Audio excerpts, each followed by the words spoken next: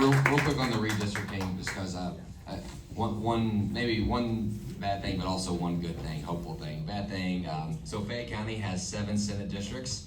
2 senators live in Fayette County for those 7 Senate districts, just to give you an idea. But also, there's 80 Republicans in the state house right now with the maps that they drew.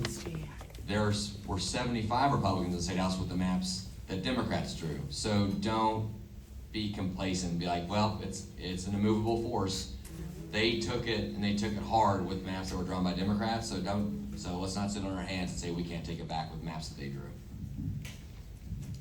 I'll add real quickly, I did file legislation to create an independent, nonpartisan redistricting commission, which did not get a committee hearing and will not ever get a committee hearing. Did he leave his coat, or is that your? No, that's mine, actually. Okay, I just had to make sure. My name's Diana Cluett, and I'm in Adrian's district. And I wanted to talk about House Bill 89 that Chad just talked about, but he did a great job. The environment is something that everybody in the room needs to start paying attention to the bills, because last year they made it so that you can't get rid of coal-fired plants easily, and they did things to make it harder to have solar panels.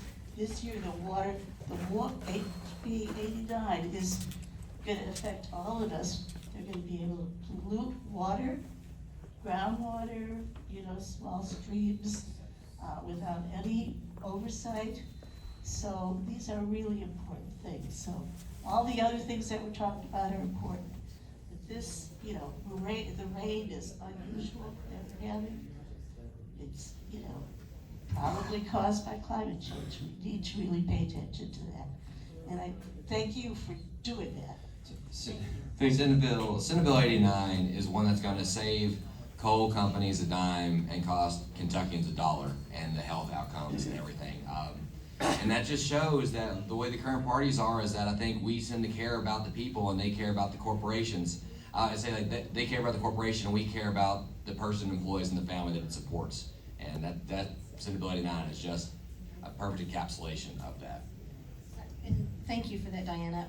Very quickly, I'll say I grew up 20 miles from Maxey Flats, and I do understand like the impact that it has when we are putting insane pollutants into our groundwater, allowing that to be.